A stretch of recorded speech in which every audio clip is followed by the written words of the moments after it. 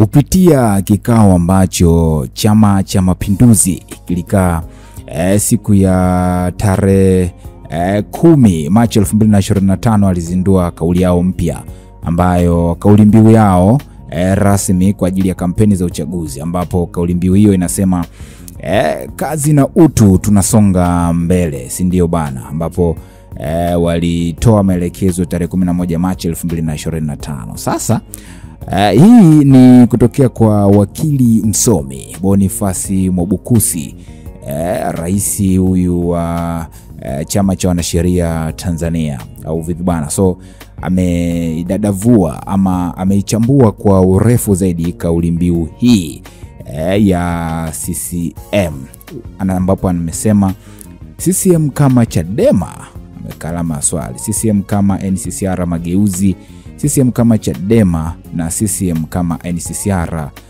mageuzi, na washauri kwa nia njema kuwa kimantiki kauli mbiu hii ya kazi na utu ingesomeka utu na kazi ili iwe na msingi bora wa kifalsafa. Kauli mbiu utu na kazi ina mantiki nzuri zaidi kuliko kazi na utu. Hii ni kwa sababu utu ni msingi wa kila kitu, ingawa ni pamoja na kazi.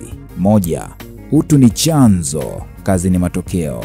Kifalsafa, utu ni hali ya msingi ya binadamu, ndiyo inayomfanya awe na maadili, huruma na heshima kwa wengine.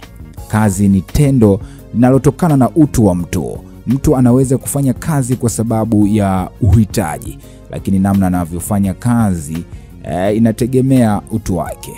2, utu unapaswa kuja kwanza. Ikiwa tunatanguliza kazi kabla ya utu, tunaweza kuingia kwenye hatari ya kuweka thamani ya mtu kulingana na kazi yake tu badala ya utu wake wa ndani. Ni muhimu kutambua kwamba tukitanguliza utu, tunahakikisha kazi inafanywa kwa misingi ya heshima, uadilifu na usawa. 3, misingi ya maadili na jamii. Jamii yoyote yenye maadili inapaswa kuzingatia utu kwanza, kisha kazi ifuate kama sehemu ya maisha. Ikiwa kazi itatangulizwa kabla ya utu, inaweza kusababisha watu kutanguliza mafanikio ya kifedha au ya kijamii kwa gharama ya utu wao. Umeelewa? Akazungushia hii ukomo wa viti maalum. Umeelewa vizuri? Kwa hiyo kauli mbiu ni kazi na utu tunasonga mbele, ambapo kauli mbiu hiyo inaakisi dhamira ya chama kuendeleza juhudi za ujenzi wa taifa lenye maendeleo jumuishi, mshikamano wa kitaifa na ustawi wa watu wenye kujali utu. So wewe check na comment. Huyu anasema hawajakosea, ndio wanavyoishi CCM.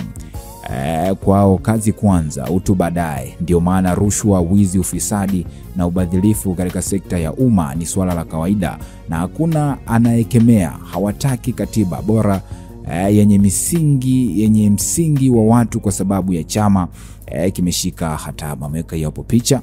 Wanasema nadhani Chadema wanastahili pongezi kwa mengi. Miongoni mwa hayo ni mosi, uchaguzi wa kidemokrasia uliokuwa wa wazi na wa haki. Pili ni hilo la kuweka ukomo wa bunge wa viti maalum. Chadema walilisema na leo tunaona CCM wanalitangaza. Heko Chadema. Wanasema walishaondoka kwenye msingi wa kujali utu. Ndio maana vitendo vya utekaji, mauaji, wasiojulikana na kadhalika huoni vikiwaumiza viongozi wala vikikemewa na wazee wengi wa chama. Sishangai wakitanguliza kazi kabla ya utu, maana hata kazi yenyewe ni ufisadi, ubadhilifu, rushwa na kadhalika na vina utu.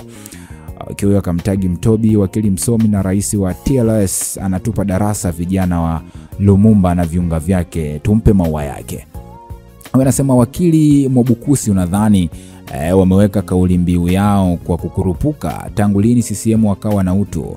Lini na wapi hawa hawana utu? Na utu kwao sio kitu cha maana, ndiyo sababu ya utekaji, mauaji na kadhalika. Kama wangelijali utu, ungewaona kwenye kauli yao wangetanguliza utu na sio kazi.